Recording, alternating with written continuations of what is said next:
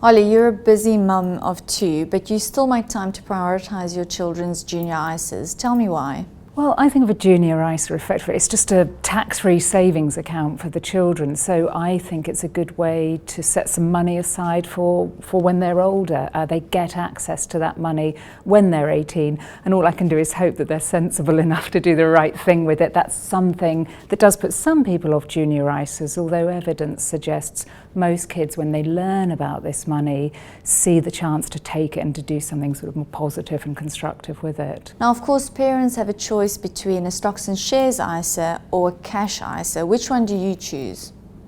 Well, given the timeframes, I mean, my oldest kid is 7 at the moment, so we're looking at least an 11-year timeframe. So personally, I go for shares. Research tells us that if you're investing for at least a 10-year period, shares are 90% more likely to do better than cash. So for me, when I look at lots of people who, we don't like taking risk with our children, so lots of people do tend to stick in cash, but actually I think if you're looking at about a 10-year time frame, you've got to take a deep breath and at least consider the option of stocks and shares. You really are the exception to the rule, because the numbers show that a lot of parents still prefer the more risk-averse option, which is a cash ISA. I think it's when there's something about having children that brings out this sort of fear of taking risk. I remember driving home with my firstborn in the car seat and driving at 20 miles an hour and freaking out. So I think that risk and the fear of risk, we carry that over to when we're considering investments. But actually you've got to sort of ask yourself if you're being what some experts say is being recklessly cautious. You're sort of hugging the safety of cash, but by doing so, you're probably giving up the bigger returns that you could be in line for.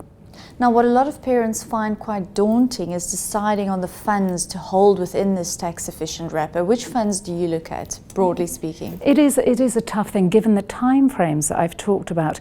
I actually think if you're investing, my youngest is 5, you can be a bit spicy when you're investing for a 13-year time frame. So I've gone for some emerging market funds. I've looked at the growing markets in India. I've looked at the growing markets in China.